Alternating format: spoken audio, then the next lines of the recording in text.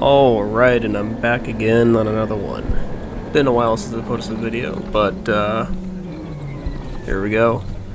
So this one was an all too familiar location. Near the end of the summer last year now, we were delivering a lot of concrete to this large apartment building in a downtown section of a nearby city. Springfield, Massachusetts, if you're wondering. And today they were doing the entryway behind the apartment complex. So let's see. Now, I had chatted them a little bit about hopping onto the sidewalk, and they were already prepared, and part of the plans were to replace the section of sidewalk that I was driving over. So they didn't care what happened to it. They were going to be ripping out all of that sidewalk at some point anyways. So I just hopped right over it. Of course it did crack as expected, but they were replacing it anyways. No harm, no foul. I don't have video of it, but sure enough, they replaced the entire sidewalk all the way around this apartment building. Whether it was damaged or not, it all got replaced. So they had me mix it up pretty good. What they were going to want me to do was give it a good push, so I was going to fire it out the end of my chute about as fast as I could without it spilling everywhere out the sides of my chute, and you just sort of create a wave of liquid type, concrete that sort of goes a little bit of a distance. You can't push it that far, but you can get a pretty good reach for somebody if you do it right.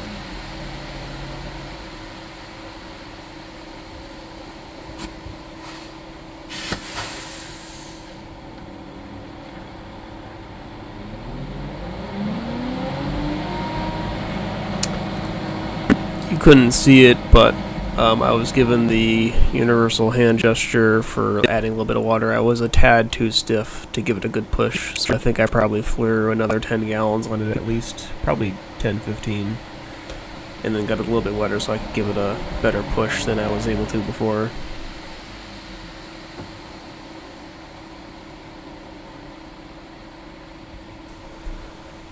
See, if you get the timing right, you can create a pretty good wave with the concrete and get it to move out of the end of your chute probably another good 5, 6, 7 feet, something like that. And as long as they catch it with their rake at the right time, they could also push it, or pull it rather, a lot further than that without too much extra effort on their part. So it ends up working out really well. Takes a little bit of practice to get the timing just right though.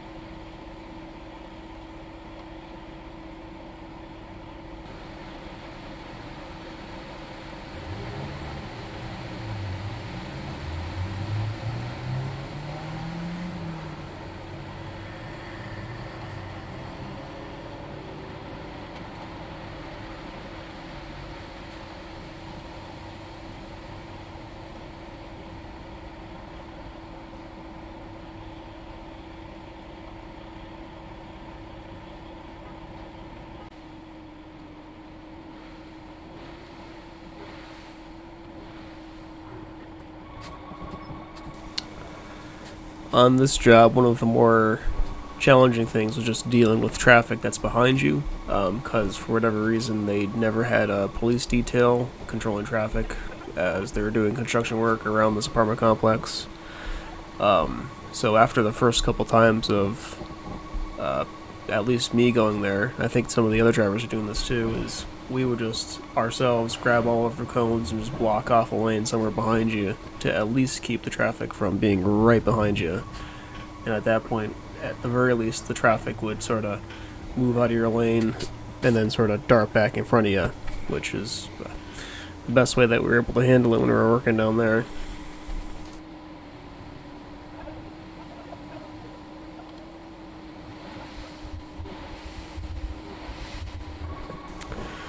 That being said, you always have to keep a real keen eye on your mirrors to make sure that there wasn't somebody walking right behind you or a car sitting right behind you, because you would back right into them and not even know it.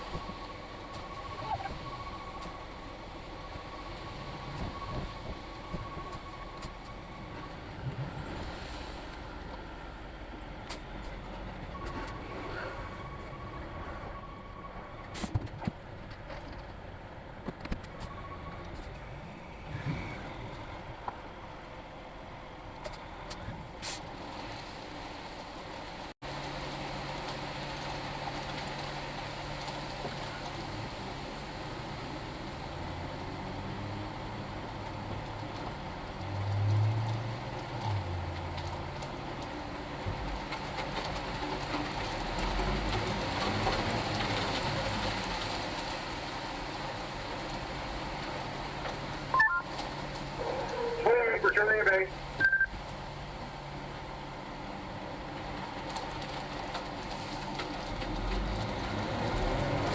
Okay, thank you. That's it. That's it.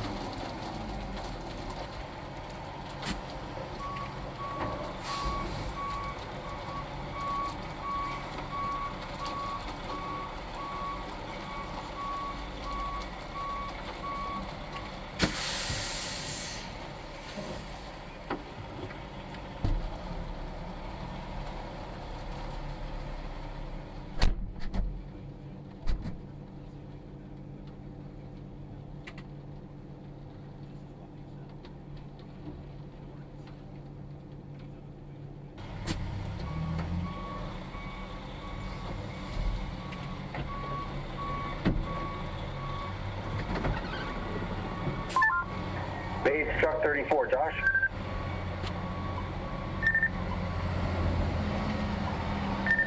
This is 34. Go ahead. Josh, how long do you think before they call a balance there? He's measuring it up right now. He's going to give you a call to let you know what the balance is. I'm moving around to where they want me to wash out, though. Okay, thanks, Josh.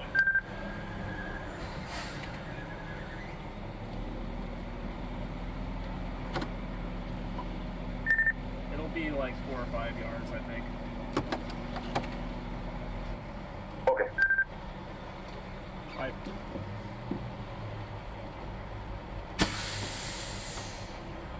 Josh, you have to come in from the same way from Dwight?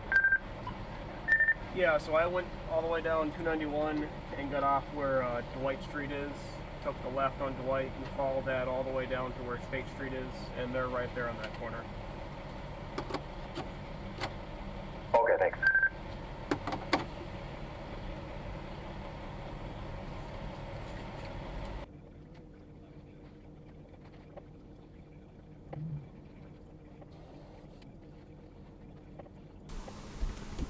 And that was that for that one. Fairly standard, I guess, for this particular job down here in a little downtown section of Springfield, Mass. Where the heavy washout was all the way around the other side of the building, which was all being ripped up and torn up and whatnot. It's kind of hard to tell, but there was also the paving company was out. They had ripped up all the tar, and they were repaving that street right there. But yeah, that's that. And leave you with another little tour of a different part of Springfield, Massachusetts, and get loaded up for another one.